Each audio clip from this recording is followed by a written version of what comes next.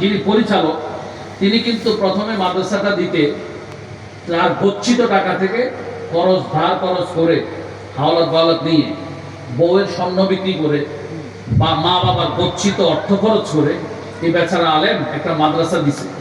মাদ্রাসা দেয়া কমপক্ষে 5 বছর পর্যন্ত তাকে ভর্তুকি দিতে হয়। কি দিতে হয়? ভর্তুকি দিতে হয়। বাবুসিও তিনি, তারপরে দারোয়ানও তিনি, বাজার খরচ করার যে লোক সেটাও তিনি।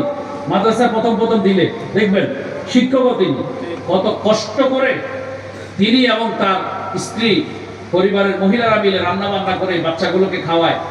সেখানে বাচ্চাদেরকে প্রথমে তো কম ছাত্র, এদেরকে ভর্তুকি দিয়ে মাদ্রাসাটা কোনো মতে টেনে টুনে 5 বছর নেওয়ার পর 50, 60 জন, 70 জন, 80 জন কি হয়েছে? ছাত্র হয়েছে। ভয় লাগে?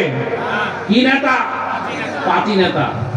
এই সাহেবদের চোখ পড়ে মাদ্রাসার উপর। হ্যাঁ, এদের সাথে মাঝে মধ্যে 2-1 জন মৌলবীও জড়িত থাকে। হ্যাঁ, কেমনে এই মাদ্রাসাটা দখল করবে দেখেন। অথচ এই মাদ্রাসার ইতিহাস করুণ ইতিহাস। এই মাদ্রাসার ইতিহাস ঘামের ইতিহাস, অর্থ লগ্নির ইতিহাস। এই মাদ্রাসার ইতিহাস একটা দুটা নয়, সব মাদ্রাসা এরকম, প্রাইভেট মাদ্রাসাগুলো। এরপরে নুন থেকে চুন কষলে দাও, মাদ্রাসা বন্ধ করে দাও, মাদ্রাসা দখল করে নিয়ে যায়। তা আমরা তাদের জন্য সেবা রেখেছি। প্রথমত এদের জন্য যারা ইমাম অন্যায়ভাবে বিদায় করবে আর যারা মাদ্রাসা দখল করবে, এদের জন্য আমাদের সংস্থার প্রথম কাজ হচ্ছে স্থানীয়ভাবে মান্যগণ্য ব্যক্তি তো অবশ্যই আছে না, মান্যগণ্য ব্যক্তিদেরকে নিয়ে একটা বৈঠক করা, বৈঠকের মধ্যে এটার সমাধান করা।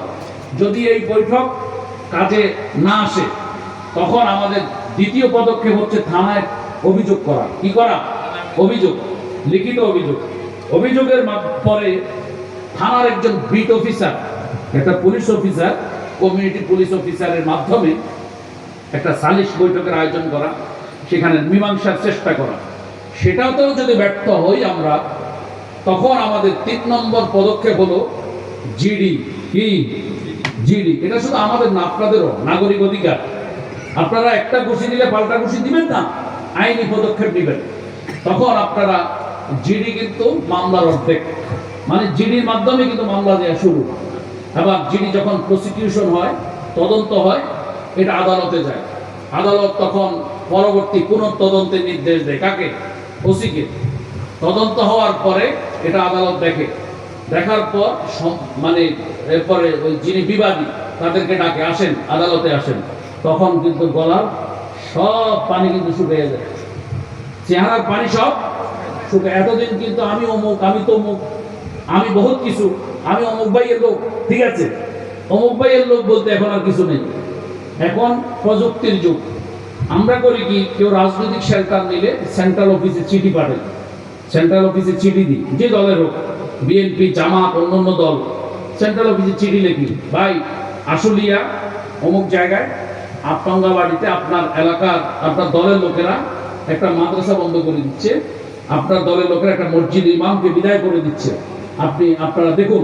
যখন আমরা মহাসচিব বরাবর, চেয়ারম্যান বরাবর এই চিঠিগুলো পাঠাই, আমির বরাবর, তখন কিন্তু সাথে সাথে অ্যাকশন শুরু হয়ে যায়। আশুলিয়াতে ফোন চলে আসে যে কোন সেনাটা, তাকে থামাও। আমরা দেখেছি যারা পলিটিক্যাল শেল্টার খাটিয়ে অন্যায়ভাবে ইমাম আলেম ওলামার উপর জুলুম করে, মাদ্রাসা মসজিদের উপর জুলুম করে, আমরা দেখেছি পলিটিক্যাল শেল্টার যদি ওই কেন্দ্র থেকে কেটে দিই, কানেকশন যদি অফ করে দিই, পলিটিক্যাল শেল্টার বন্ধ করলে আমরা দেখেছি যেই ব্যক্তি পলিটিক্যাল পাওয়ার খাটিয়েছিলেন এতদিন, তার চাইতে একটা রিক্সাওয়ালা কুলি মজুরের ইজ্জত বেশি। মানে তার এতই, মানে তার কোনো ইজ্জতে আর নাই এলাকাতে, কারণ পলিটিক্যাল শেল্টার কি হয়ে গেছে? বন্ধ হয়ে গেছে। আমি আপনাদেরকে কথাগুলো বলার উদ্দেশ্য হলো, ভাই 10 ঘন্টা ওয়াজ করব, এর চাইতে এই যে এখন কথাগুলো বলছি এটা অত্যন্ত গুরুত্বপূর্ণ। আমাদেরকে চ্যালেঞ্জ করতে হবে এদেরকে। এরা কি পাইছে? এদের পায়ের তলায় কিন্তু মাটি নাই। এদেরকে কেউ সাহস করে কি করে না, মানে এদের ধরে না। আমাদের হাতে যতজন ধরা পড়ছে তারা কিন্তু টের পাইছে।